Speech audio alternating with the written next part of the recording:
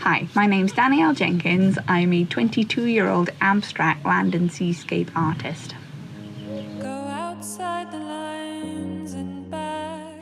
I grew up in the Welsh valleys and went to study fine art at Plymouth University. I graduated last September, and since graduating I moved back home into Caerphilly, and I've taken part in a few collaborative exhibitions.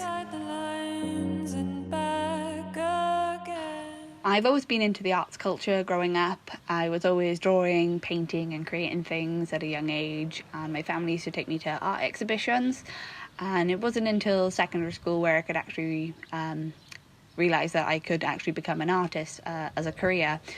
I did have some doubts when I was in my first or second year at uni when I was studying fine art.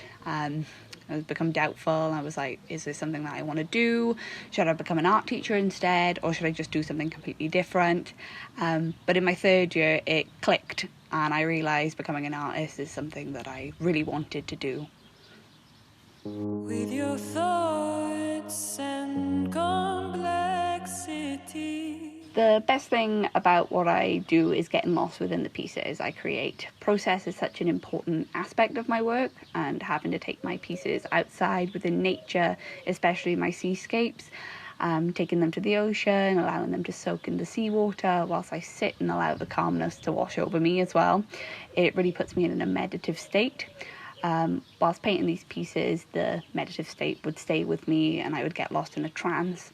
And then seeing the finished pieces just reflects my time at the ocean, and the meditative feelings begin again. And if people can feel the calmness of the paintings when they look at them, then they're getting a glimpse of the process behind the work, which makes it so worthwhile.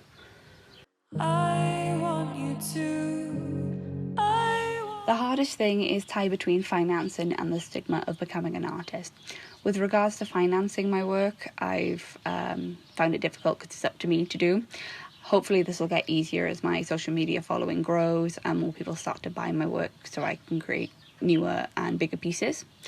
Then there's the stigma. Throughout my artistic journey, I've had all the stereotypical questions like, how are you going to pay your bills? What are you going to do with your degree? I've had and still have these doubts now. It's not reassuring when people ask me these sorts of questions, but I believe with perseverance and hard work, I'll be able to achieve anything I want to achieve as an artist. Art is something that I absolutely love, and it's been such a big part of my life, and why wouldn't I want to make artwork for a living?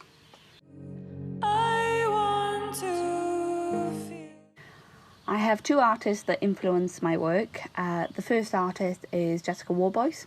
I find her work heavily inspiring. Her process is important to me as we both use sea-soaked canvases as a ground to work on. I love the fact that she works directly onto the canvases on the beach themselves. She really ties in the use of the ocean and the land to create her pieces on the shoreline. The finish pieces are incredible to look at. You can vividly see the performance element of the pieces, and her half of the collaboration of the work is where the pigment hits the canvas, and you can see then the ocean side where the water has dispersed the pigment around the canvas. And then the other artist, which is one of my favourites, is Helen Frankenthaler. I find her technique of the soak staining incredible. Her loose fluid movements of the paintings are something I enjoy. It's a very performative, paintings, all of them are, which is an element that I admire and I try to include within my own work. Rise up and grow.